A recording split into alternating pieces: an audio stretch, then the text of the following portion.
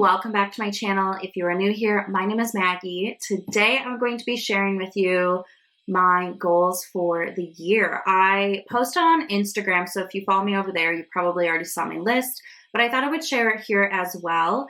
I would love to do updates throughout the year to kind of check in on my progress and talk about things. You know, I think we've all made goals in the past and, the New Year's gets your, juices flowing.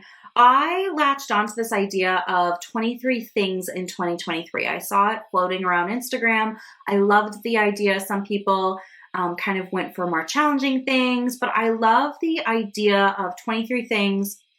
And it helped me kind of pick things from different facets of my life. So I have career goals, I have financial goals, I have personal goals, I have like relaxation goals and social things and kind of all of those pieces that make me, whole. I was able to pick a couple of things for each of those. So I'm going to share what my goals are this year and what these 23 things are. And I would really love to hear from you down below if you do any sort of goal setting, if you do a word of the year. I've really never done that before, but this year in particular, a certain word just kept flowing back into my head. So I guess I'm doing a word of the year because I just couldn't shake it. So the word for me is maintenance.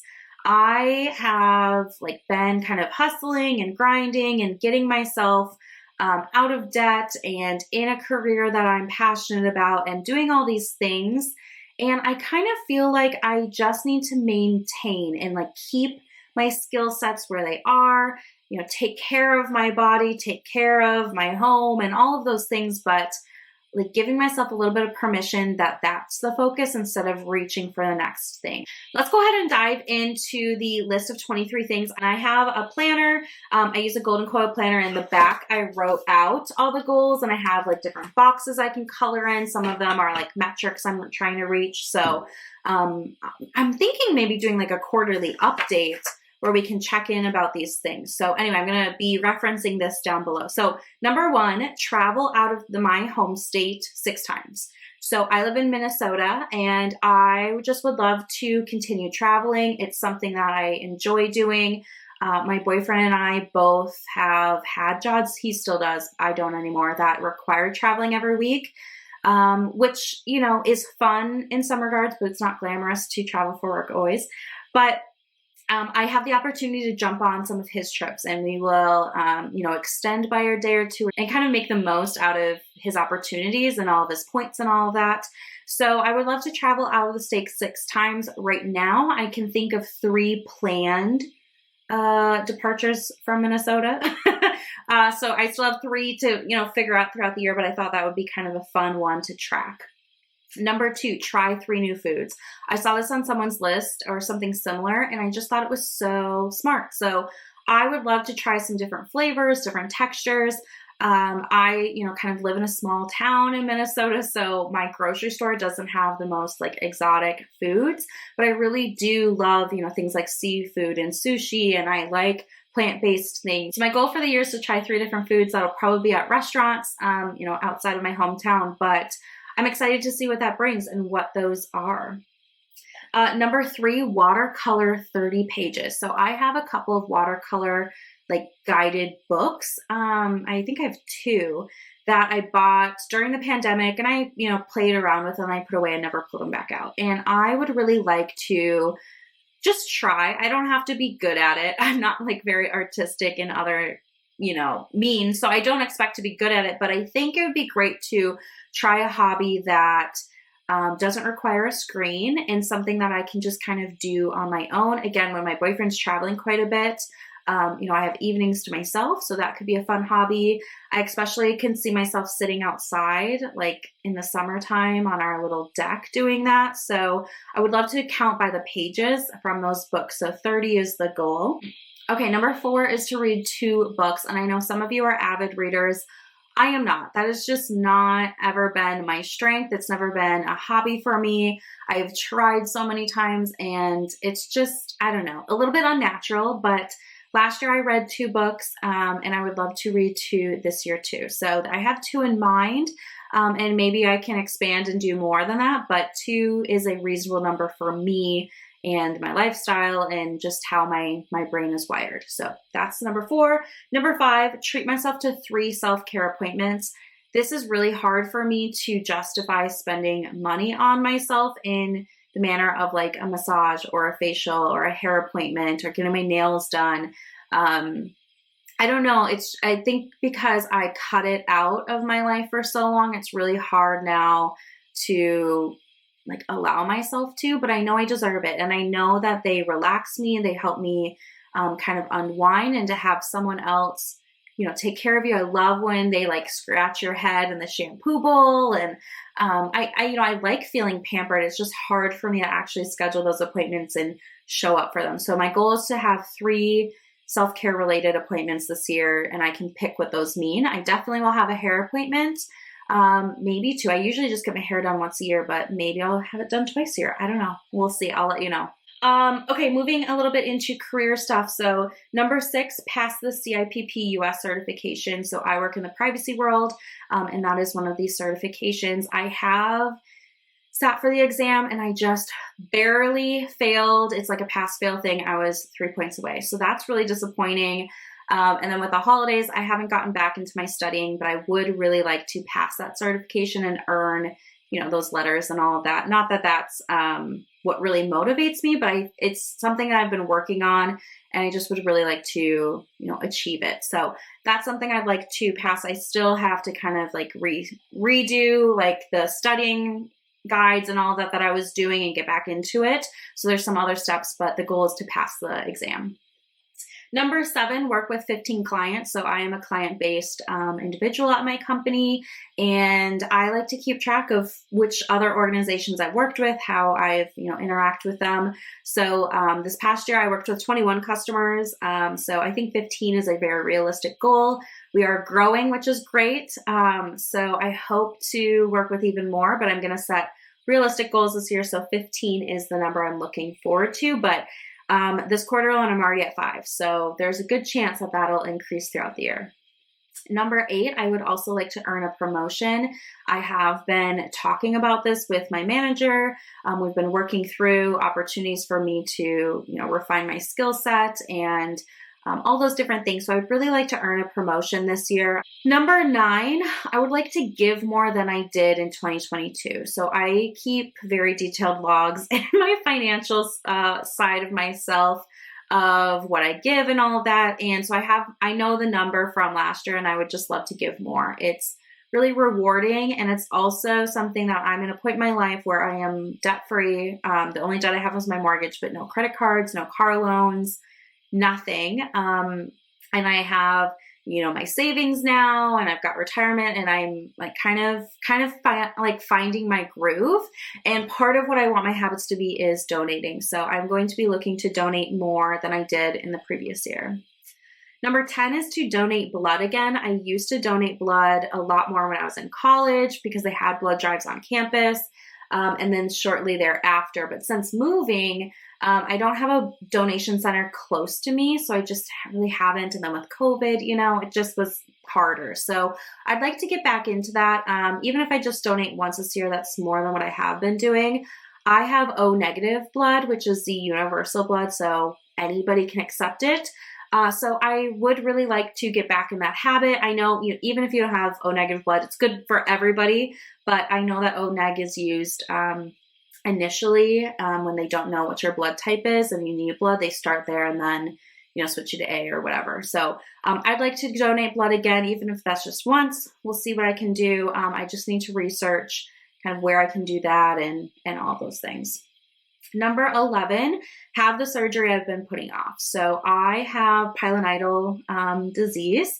And if you're familiar, it is excruciatingly painful when you have a flare-up. I had my first flare-up 7 years ago, almost 8 years ago, actually. Geez, that's scary. And I've had 5 flares over the 8 years. So not every year, but enough.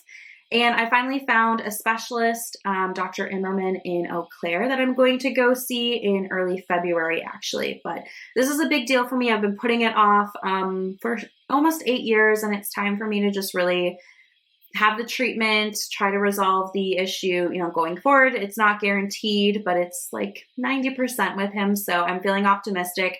But just scheduling that, I know a lot of people have related when I've spoken about medical things before, and that it can be really hard just to get yourself to the appointment, just to contact for a consult. So I'm really proud of how far I've come. And the next step will be to actually show up and have the operation. Okay, number 12, going into kind of like fitness, be 15 pounds lighter at the end of the year. So I'm not going to talk about numbers because that's personal to everyone, and it's not always comparable, but last year I was able to do this, so I would like to do it again this year. Number 13, schedule and keep appointments. So I'm thinking like dentist appointments or going to the eye doctor or anything else. I am so horrible at just never scheduling things, or scheduling and then canceling and never rescheduling. So that is something I want to just be consistent of. If I schedule and I need to move it, like there's a legitimate reason why I need to reschedule, and I'm actually going to reschedule, and I'm actually going to keep the appointments. So that's just a habit thing that I've fallen into that I'd like to improve throughout the year. Okay, number 14, complete 100 workouts. So I think this is pretty doable. I know that after my surgery, I'll be down for a while, but still I'm into my routine. I'm back at it. And in the summer, I go for a lot of walks. I really love going for a walk in the morning. Right now with the winter, I'm looking outside, it's so icy. That's just not really safe to be out there walking. You can just, it's just not a good idea. So as soon as it's springtime all the way through fall until we have snow again, I really want to get back in the habit of going for walks. I do the sweat program. I have the sweat app, and so there's different programs on there that I jump between. I love MK Fit videos. So I have kind of a variety of things I like to do. So I think 100 is a realistic goal, and it's just a fun number, I think. So leading into the next one, number 15, walk outside 50 times. So those 50 will count towards the 100, but I really just find walking outside so relaxing. It's good for the fresh air, the change of scenery, just being, in nature. I have beautiful trails near me that I can use, they're paved and all that. So I really want to do 50 walks outside this year. And that's the whole span of the year. I tried to do 50 in just the summer months last year. I didn't quite make that, but I think if I include, the spring and the fall, I'll hit that 50 mark, no problem. All right, number 16, track alcohol consumption. I did this last year. I don't think I have an alcohol problem by any means, but it was really eye-opening for me to just, log in my phone how many drinks I have on a certain night or whatever. And I was able to, I don't really drink at home much. I drink socially, and when we go out to eat, I may have a drink or two, but it was just interesting to track and find some of the patterns, but it also helped me, when I would say, okay, I only want to have maybe one drink or two drinks max, logging it in my phone, I have a habit tracker, helped me stay with those boundaries. So like on work nights, if I go out, I'm going out tonight with a girlfriend, and I'm telling myself, okay, no more than two drinks. Tracking it in my phone helps me stick to that, and I actually know, okay, you've had one, you can have one more, instead of just saying two, but then not counting. Okay, moving on, 17, bring fewer things into my home. If you have followed my channel, a couple videos before this, I did my introduction to my consumption challenge. So if you haven't seen that, go check it out. But basically, I'm keeping track of how many things enter my home and how many things exit my home and what that net number is. So I really want to have fewer, net number than I did last year. And I have goals around that. So go check out that other video. Okay, the last few are financial based. So 18, achieve 250,000 in net worth. I do track my net worth. I keep that private, but I do keep track of that. And this is the next kind of milestone for me that I'm working towards. This is kind of arbitrary. There's a lot of factors that lead into your net worth, like your market value of your, retirement, of your home, of your car, of all those, things. So there's only so much you can control, but I do think it's kind of fun to set a target and see how I can get there. Number 19, increase my 401k contributions. I have a 401k with work, and I like to increase that every year. Again, if I were to receive a promotion, that would come with a raise, and I want to put some of that raise into my 401k so that it's, you know, being invested and building for my future self now, and it's not like I really even feel it. So that is a goal, to make sure I increase those contributions at least once this year, maybe a second time, we'll see. Number 20, complete my 2022 Roth IRA. So I am working on that right now. That should be done in the first quarter of the year, I think. So that is a big goal of mine. I've, you know, contributed to a Roth IRA for many years, but I never maxed it out. So I'd really like to do that. I do have a Roth 401k at work, so I probably am just going to shift to putting money there. I'm still weighing the pros and cons and all of that, but yeah, I would like to max out the 2022, and you have until tax day of this year to complete it. So I have until mid-April, essentially, which should not be a problem. Okay, number 21, contribute 15% of my gross salary towards retirement. So that's the Roth IRA, that's the Roth 401k. I also include my HSA contributions because I will be using my HSA for my surgery, but otherwise, I let it build, and I plan to use it for retirement and build up some other medical sinking funds. So anyway, the 15% gross salary, I think, is a great benchmark to be at, and I'm excited to track that this year. Number 22 is my expenses. So if you're familiar with my budgets, if you're not, I have a financial playlist you can go check out. But I have a section, my expense section, and I would like that to be 65% or less at the end of the year of my total income. So my expense section includes all of my bills. It also includes my grocery, gas, and spending money. So my personal spending is really the one that I need to keep an eye on. It's so easy. I'm a shopper, so it's so easy for me to spend. But that is a great goal. I was able to achieve that this past year. I want to keep on par with that this year. It also helps me kind of with like lifestyle inflation, keeping, you know, my spending within the expense section of my budget. So that is the goal, 65% or less of my total income.